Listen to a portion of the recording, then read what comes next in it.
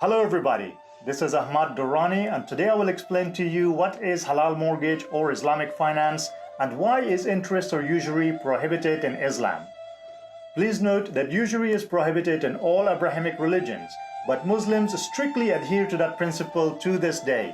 I will explain to you why. First thing to bear in mind is that interest or usury is unjust. It is an oppressor's tool that robs people of their wealth.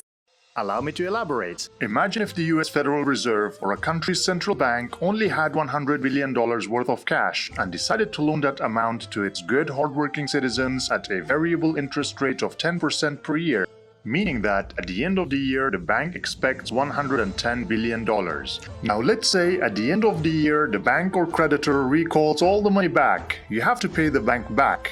Even if every single citizen paid every single dollar they had back to the bank, the society will owe $10 billion to the bank.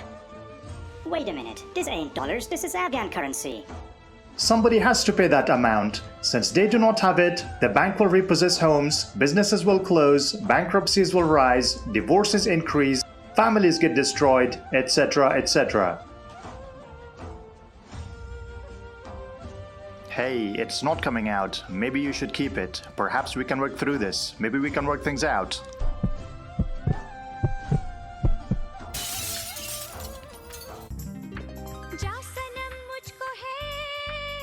Furthermore, imagine your grandparents bought a house sometime in the past. Assume the mortgage was for $10,000 with an annual interest rate of 8%. Over a 30-year period, they paid almost $25,000 for that house, 2.5 times more than what it was worth. Now imagine they decided to sell the house. To make a bit of profit, they listed it for $30,000. Now someone else bought it and paid $60,000 for it over a 30-year period. When it was time for them to sell, they sold it for $70,000. The same house over a couple of generations became 7 times more expensive and eventually unaffordable to most.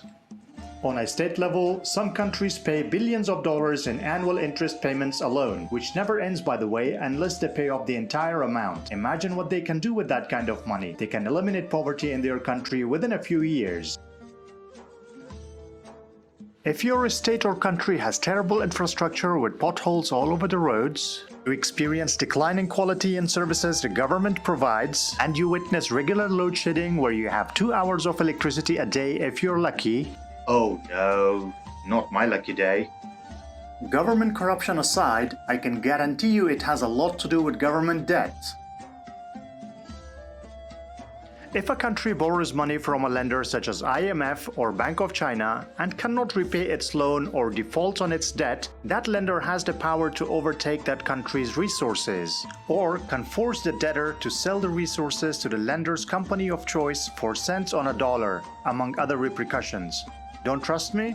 Well, I highly recommend reading the book Confessions of an Economic Hit